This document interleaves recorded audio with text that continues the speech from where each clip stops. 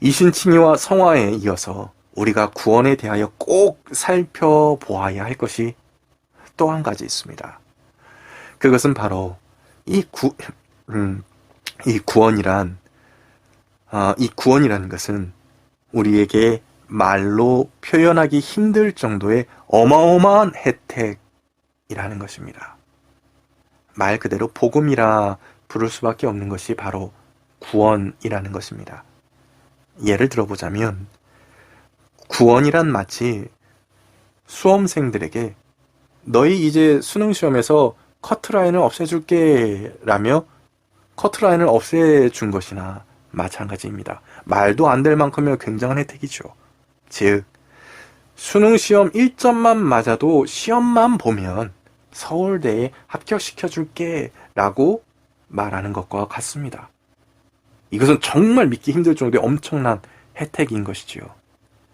그런데 여러분, 구원이란 이보다 더 큰 엄청난 선물입니다.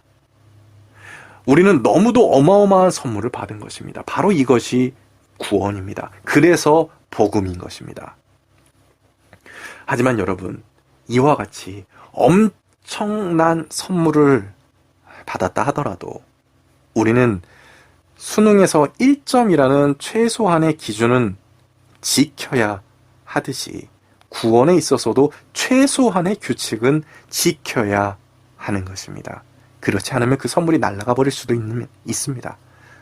예를 들어 수능 시험에서 1점만 맞아도 된다고 해서 시험 시간에 다른 사람 시험지를 함부로 막 봐서는 안 됩니다. 컨닝하다가 퇴실당하면 빵점 처리됩니다. 서울대고 뭐고 간에 다 끝입니다. 아무리 큰 혜택을 받았다고 하더라도 해서는 안 되는 것이 있는 것입니다. 그리고 또한 1점만 맞아도 된다고 그 서울대 합격한다고 해서 엄청난 혜택을 받았다고 하더라도 공부를 못해도 되고 열심히 안 해도 되지만 수능 시험날 만약 늦잠 자서 시험에 지각하면 끝입니다. 서울대의 꿈은 날아가 버리는 것입니다. 앞에서와 반대로 꼭 해야만 하는 것이 있는 것입니다. 그리고 당연히 이와 함께 지켜져야 할 것들로 수능 시험 전에 예비 소집에도 나가야 하고 또한 당연히 수능 원서 접수도 해야 합니다. 수능 원서 접수도 안 했는데 시험을 볼 수는 없겠지요. 이렇듯 엄청난 혜택을 받았더라도 절대로 해서는 안 될 것들도 있고 꼭 해야만 하는 것들도 있는 것입니다. 여러분, 이러한 것들은 당연한 것들입니다. 최소한의 것들입니다. 바로 이러한 당연한 것들이 계명인 것입니다. 바로 이러한 최소한의 것들이 십계명인 것입니다. 여러분, 이렇듯 계명은 최소한의 규칙입니다.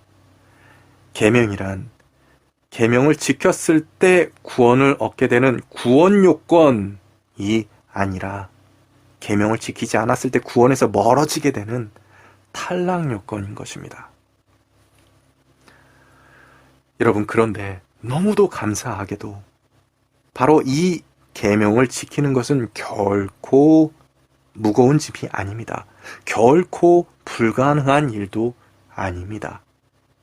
다만 지금의 이 거짓된 세상이 우리에게 계명 지키는 건 불가능해. 아이고, 계명을 꼭 다 지킬 필요는 없어 라면서 우리를 속이고 있는 것입니다.